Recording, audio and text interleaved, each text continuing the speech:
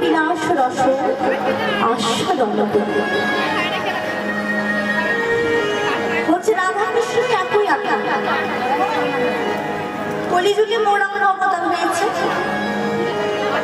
দাপর যুগে ভগবান দুটো ছিল, রাধা এবং কৃষ্ণ। তো সেই রাধা এবং কৃষ্ণ তাদের আত্মা একটাই ছিল, কিন্তু ভগবান আমার নিজের দেহের বাম অংশ থেকে তৈরি করলো রাধা রাধা। কিভাবে?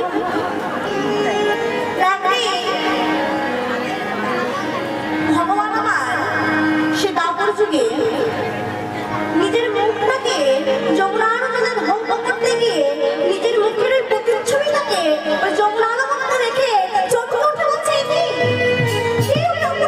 মানুষ ওই রূপটা আমাকে এত আকর্ষণ করলো, আমি চাই ওই রূপটাকে আমি একবার আলিঙ্গন করব। মনে মনে আশা জাগলো ভগবান যে ওই অপরূপ রূপের মানুষটাকে আমি একবার আলিঙ্গন করবো, আমি একবার জড়িয়ে ধরবো। কি ওই অপরূপ রূপের মানুষ? কার এই মনে এত রূপ? নিজেরই প্রতিচ্ছবি। আয়নায় যেরকম প্রতিচ্ছবি দেখা যায়, দেখবেন যদি কোনো জল যদি পুরো স্বচ্ছ কাঁচের মতো পরিষ্কার হয়, চকচক করে, সেই জলেও নিজের মুখটাকে দেখা যায়। তা সেই সেরকম যমুনার জলে মুখ মুগ্ধ করতে গিয়ে যখন ভগবান নিজের রূপটাকে দেখছে, তখন চমকে উঠে বলছে, আমি ওই রূপটাকে আলিঙ্গন করবো। এত রূপ, এই মানে এত রূপ ওই মানুষটা। জলের মধ্যে যদি আলিঙ্গন করতে যাই আমার পাপ, আয়নার মধ্যে যদি আলিঙ্গন করতে যাই পাপ। তাহলে করলেন কি উপায়? না নিজেরই তখন বাম অংশ থেকে তৈরি করলো একটি দেহ, অপরূপ রূপের আর একটা দেহকে আবিষ্কার করলো, যাকে তিনি আলিঙ্গন করতে পারবেন। দেহ যদি আমি আবার তাহলে আলিঙ্গন করা যাবে না, তাহলে আত্মা একটা থাকুক, দেহ দুটো করা যাবে। তখন ভগবান নিজের দেহটাকে দুটো করলে আত্মা একটা রইল, দেহ দুটো হয়ে গেল। তাই বলছে রাধা কৃষ্ণ দুই দেহ, একই আত্মা, দুই দেহ ধরি অনন্যে বিলাস রস আস্বাদন করি। করলেন কেন? শুধু কি রূপ আলিঙ্গন করবে তার জন্য করলেন? শুধু নিজের একটা ইচ্ছে জাগলো তার জন্য একটা দেহের সৃষ্টি করে দিল? শুধু আলিঙ্গন করার জন্য?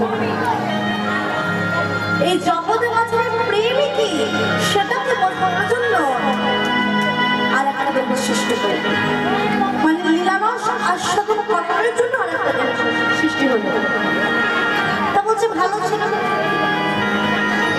এরপরে যখন আমার গৌরাঙ্গ অবতার হলো, তারপর যুগ শেষ হয়ে গেল, সেই গৌরাঙ্গ অবতারে আবার কি বলছে শাস্ত্রে লেখা হলো, সেই দুই দেহ এবে গৌরাঙ্গ গোসাই লীলারস আস্বাদিতে তুমি হইল এক ঠায়।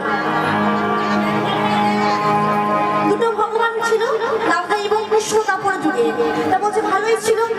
আগে এক ভগবানের সেবা করতাম, একটা প্লেট লুকুর দানা দিতাম, একটা গ্লাসে জল দিতাম, ভালোই তো ছিল। দেহ দুটো করলো, তখনও ভালো। তখন দুটো ভগবানের সেবা করি, রাধা রানীর পাশে কৃষ্ণকে বসিয়ে রেখে, আহা, কৃষ্ণের পাশে রাধা রানীকে বসিয়ে রেখে দুটো ভগবান হলো, তাও ভালো হলো। তাহলে আবার এই গৌরাঙ্গ অবতারে তাহলে আবার দেহগুলো এক হলো কেন? মা ভালোই তো ছিল, ওরকমই তো চলতে পারতাম। এটাও লীলারস আস্বাদন করার জন্য বলছে সেই দুই দেহ এবে গৌরাঙ্গ গোসাই, একটা একটা ছিল, দেহ দুটো হয়ে গেছিল, সেই দুই দেহগুলো আবারও একটা আত্মাতে একটা দেহতেই আবার তৈরি হলো।